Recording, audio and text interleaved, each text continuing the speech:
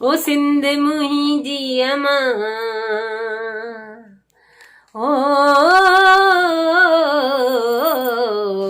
सिंध मुंहिंजी अमां ओ मिठी तो मथां छा लिखी छा लिखां छा लिखी छा लिखां छा लिखी छा लिखां छा लिखी छा लिखां हिकु कलम निकिरो मां सूंहं तुंहिंजी मथां छा लिखी छा लिखां छा लिखी छा लिखां छा लिखी छा लिखां छा लिखी छा लिखां हैप्पी एकता जो ॾींहुं तव्हां सभिनी खे मुबारकूं हुजनि।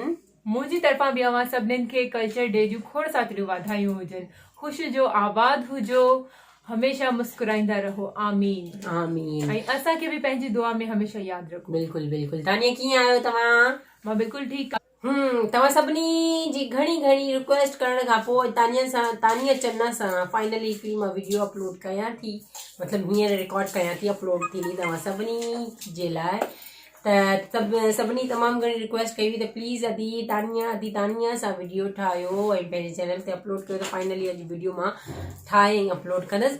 त एकता जे हवाले सां मां घणो कुझु न ॻाल्हाईंदसि, बसि तानिया खां एकता जी मां मुबारकूं ॾेई चुकी आहियां। बिल्कुलु तव्हां सभिनी खे बि ख़बर आहे एकता जे हवाले सां घणी ॼाण आहे, त इन जे करे सिर्फ़ु तानिया खां असां सिंधी को पंहिंजी धरतीअ जे हवाले सां हिकिड़ो कलाम पुछंदासीं। त तानिया प्लीज़ तव्हां को सॉन्ग ॿुधाए छॾियो। हा, जेको मूंखे पाण खे बि पसंदि आहे मां उहो ॿुधाईंदमि ऐं तव्हां मुंहिंजो साथ ॾींदव हिन में। जी बिल्कुलु ठीकु आहे। जिए सिंध वारा जियन सिंधी टोपी अजरक वारा जियन, जिए सिंध वारा जियन सिंधी टोपी अजरक वारा जियन, जिए सदा सिंधुअ जी ॿोली मारवाड़नि जी मिठड़ी, सिंधुअ जी ॿोली मारवाड़नि जी मिठड़ी ॿोली, गली गली ऐं घर घर गूंजन सिंध अमर जा नारा नारा नारा नारा नारा। जिए सिंध वारा जियन सिंधी टोपी अजरक वारा जियन, जिए सिंध वारा जियन सिंधी टोपी अजरक वारा जियन। माशाल्लाह माशाल्लाह, वॾी महिरबानी तानिया तव्हांजी, तव्हां असांखे पंहिंजो कीमती टाइम कढी ॾिनो। ऐं मुंहिंजे चैनल सादिया जना ऑफिशियल यूट्यूब चैनल जे लाइ छा चवणु चाहींदव? मां इहो ई चवंदमि सभिनीनि खे त सादिया चन्ना यूट्यूब ऑफिशियल खे लाइक कयो, शेयर कयो, सब्सक्राइब कयो ऐं घणी खां घणो वॉच कयो। बसि इहो ई चवंदमि। हा, वॾी महिरबानी। वॉच जो मां न चवंदी, मां वॉच जो मतिलबु आहे घड़ी न, मतिलबु ॾिसो। वॉच कयो यानी ॾिसो।